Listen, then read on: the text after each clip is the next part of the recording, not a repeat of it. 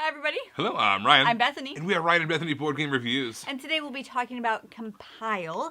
This is designed by Michael Yang and it is published by Greater Than Games. But before we talk about Compile, we just want to remind you to subscribe and hit that notification bell so you can see our videos as they come out. All right, this is a two-player only card game where basically this happens immediately after, I think it's called the convergence, which is where AI first becomes self-aware, right? AI is waking up and realizing that it is this entity and it's trying to figure out what its personality is going to be. So the two players are basically taking on different aspects of what its potential personality in life is going to look like, and they are comparing itself to each other, and whichever one wins, that's what its personality is going to look like. So, you have these different factions, these different kind of decks that you're going to use, smash them all together, and then battle against each other trying to figure out what this AI is going to look like. Let me give you a quick overview of how to play. All right, here are 12 different kind of attributes or factions that we're going to be able to draft from, kind of choosing what our personality of our AI is going to be. Over here, there's a deck of cards. Each one of these factions has a 6-card mini deck that goes along with it. We're going to draft 3 of them, and then we're going to take those 3 decks out of here. We're going to shuffle them all together to make our final deck that we're going to be playing with. Whoever the first player is, what they're going to do is they're going to draft one of these. So maybe we want water. The second player, they're going to draft 2 cards. And then the first player, they're going to go back and they're going to draft 2 things. And then the second player, they're going to draft their final and third one. And now those are going to be the ones that we're going to be fighting up against. Each one of the factions has a kind of a miniature description beneath it. For instance, Gravity says it's either going to be focusing on shifting, flipping, or drawing cards. Water is about returning, drawing, and flipping cards. So you might want to draft things that are going to play well to your strong suits and your preferred play style. But what we have now is we have these various rows, these columns. What we're trying to do is we are trying to compile our individual cards. The goal of the game really is to compile all 3 of our things before our opponent can compile theirs. In order to compile something, you need to have at least 10 strength in that category, and you need to have more than your opponent has in the opposite column on the other side. At the beginning of the game, we're going to draw 5 cards into our hand. This is going to be what we use to kind of make everything happen. If you notice on the back of the cards, they have a 2 on them. There's going to be some cards that flip cards over, and those are going to become 2s. So that might be something good to do with a 0. You can use a 0, flip it over, and it's going to become a 2. Alright, so we have all different factions. We have a water, we have a gravity. We don't have any of our life cards in our hand, but that's okay. What we're going to do is we're going to play a card, and it has to go into its appropriate column. The cards themselves are broken up into 3 sections. There's anything at the top value. That's going to be a kind of a long-term event, a long-term thing that's going to happen. This is as long as it's available and on the top of its pile. The middle text, that's what happens immediately when you play the card. If there's anything on the bottom of the card, that's going to be something that happens let's say at the beginning of a turn or an end of the turn. It'll tell you when to activate it. So let's start by just playing a 3 value here to our water card, to our water column. This one says, return all cards with a value of 2 in this line, but we don't really have any cards out there, so we're just playing that for its value at this point. All right, so on our opponent's turn, they're going to play their card. Let's say they played a Spirit. This is a 5. This is a very strong card. It does have a text that say they have to return or discard a card from their hand, though. So they take one of the cards from their hand, and they're going to discard it. Here's a fun card. This is going to water. It's covering up that one in front of it. It's only a value of 1, but it says, play the top card of your deck face down in each other line. So we don't really know what this is, but it's for sure a 2 strength to each one of those categories, which is great. We get to play a lot of cards all at once. All right, on our opponent's turn, they're going to play a card. All right, this one is going to Darkness. It has an ability when played that says, all face-down cards in this deck have a value of 4. It's kind of a bad time for this because it doesn't have any face-down cards right now, but it also has an immediate text that says you may flip 1 covered card in this line. Also, not a great time to play this card because it's going into Darkness where there is no other cards. But again, we're just kind of playing randomly. You might strategically play that at a time at most benefit to you. All right, back to our turn. We're going to play a card here that says flip 1 other card and then flip this card. This is a 0 value, so flipping a couple cards over here would actually gain us some strength. Going from a 1 to a 2 and going from a 0 to a 2. So now we have 7 strength in that particular column. Our opponent has none. Eventually what's going to happen is, if we ever have 10 or more in a column, and we have more than our opponent, for our turn, what we can do, instead of playing normally, what we're going to do is we are going to compile. We're going to compile by flipping over our card, showing that we've completed that. All of our cards in that column are going to get discarded, and our opponents, if they have any cards in that column, they're also going to get discarded. After you combine a column, you can still play cards there. We can still play water cards over here. However, they're not going to do anything for us at the moment, except for possibly either A, prevent our opponent from being able to compile their side, or what you can do is you can use some abilities called Shift, which shift cards from this area over to another area. Just because you have to play a card in its own faction doesn't mean it might not end up somewhere else later on. Like these cards, for instance, we don't know what they are. We played them face down. If we ever had to flip them back up again, even if they weren't gravity, what is that, gravity? Even if they weren't life, it is life, but even if they weren't there, they'd still be able to stay there in that column because of the way the cards played out. This reminds me of another rule I want to point out real quick. Whenever a card is revealed after having been flipped face down, you do reactivate its immediate ability that's in the middle of the card. So even if you played that ability when you first played that card, it got flipped face down. When it gets flipped face up again, you reactivate that middle card, whatever it says, either good or bad. If you ever have a turn where you have no cards in your hand, you spend your turn drawing 5 cards, and that is your whole turn. If you ever need to draw cards and you don't have any, shuffle your discard pile and make a new draw pile, and keep on drawing until you have your hand limit of 5.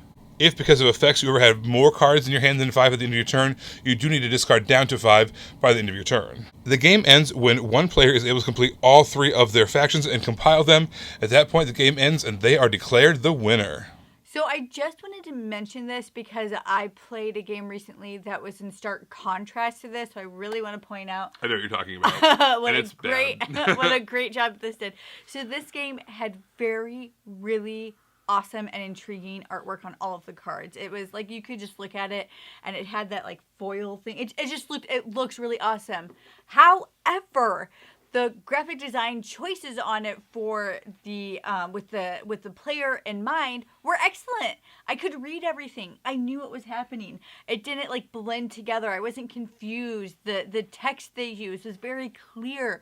I wasn't confused about what card did what or what was going to happen. And even when you successfully compiled and you flipped it over, it was very distinct from the other cards that were out at the time. And so I loved how they had this fantastic, really intriguing, in-depth artwork, because it was just art, but that the graphic design, the layout or whatever you would call it of it was great with me in mind as the player, so I wasn't confused and distracted by the art. So excellent job. This does a couple things well, which is its rules are very simple.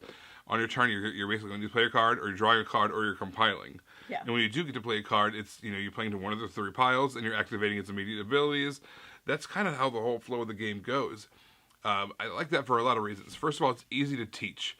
I basically just taught it right there. You play a card, or you draw cards, or you compile. And then you can kind of explain what those mean. Yeah. And then you play onto one of these things. You do whatever the effects are. Maybe you flip a card over, maybe you slide a card over, maybe you're just using it maybe you have to discard cards. Whatever the case is. I think that's a very strong core foundation that you're teaching. And each one of the factions kind of plays with that idea a little bit differently. But what also it did, because it was so base and streamlined, it has opened up the doors for future expansions, which there are planned expansions for this game that are going to be able to add new card effects and do things because the foundation is so elegant and streamlined that it's going to be easy to add on to. It has a great foundation, so you can build on it. Exactly, as opposed to just kind of saying, here's a whole bunch of crazy things that can happen, and then it's like, well, how is this crazy thing going to interact with this crazy thing? Yes. Well, it's going to be crazy. No, it's got a solid core, easy to teach, easy to add on to it eventually.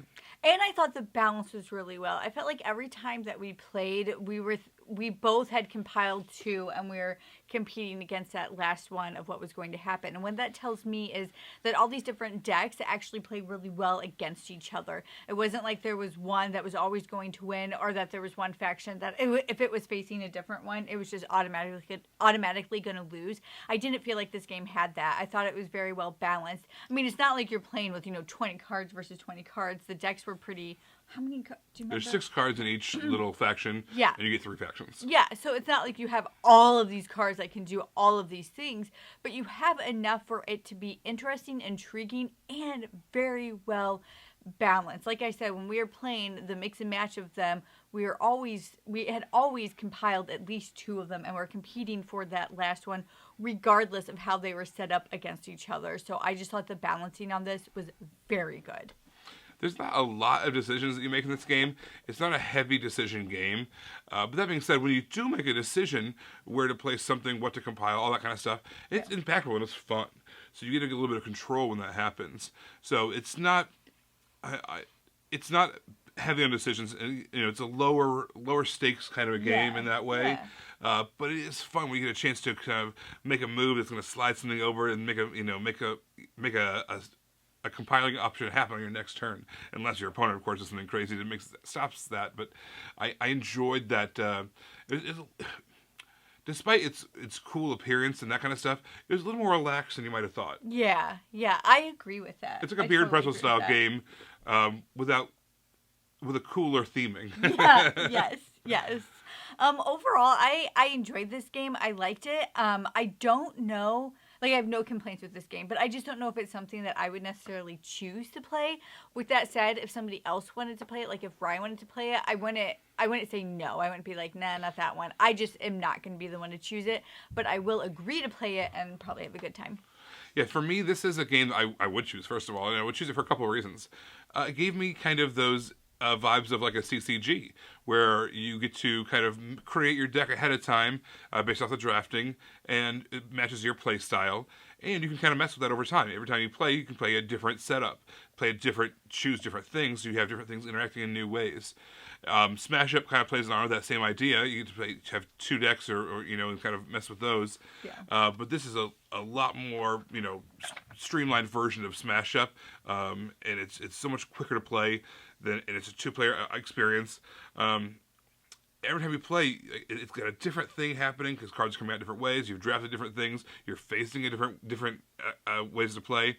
As you get more and more familiar with it, you can kind of play defense a little bit as well as playing the offense. Yeah. It's a fun card game. 2-player, throw it in a box, throw it in your game bag. It's a fun time. Everybody, thank you so much for watching. Don't forget to subscribe so you can see our videos as they come out. Until then, you can find us in all of these places. You guys, thanks for watching, and we will see you next time. Bye. You guys, thanks so much for watching. This game was provided to us by a publisher in exchange for a fair and honest review. And if you want to see more stuff, check out over here to see something we think you might like. And over here, we think that YouTube has picked out a great video for you you're going to love. Thanks, guys. We'll see you next time. Bye.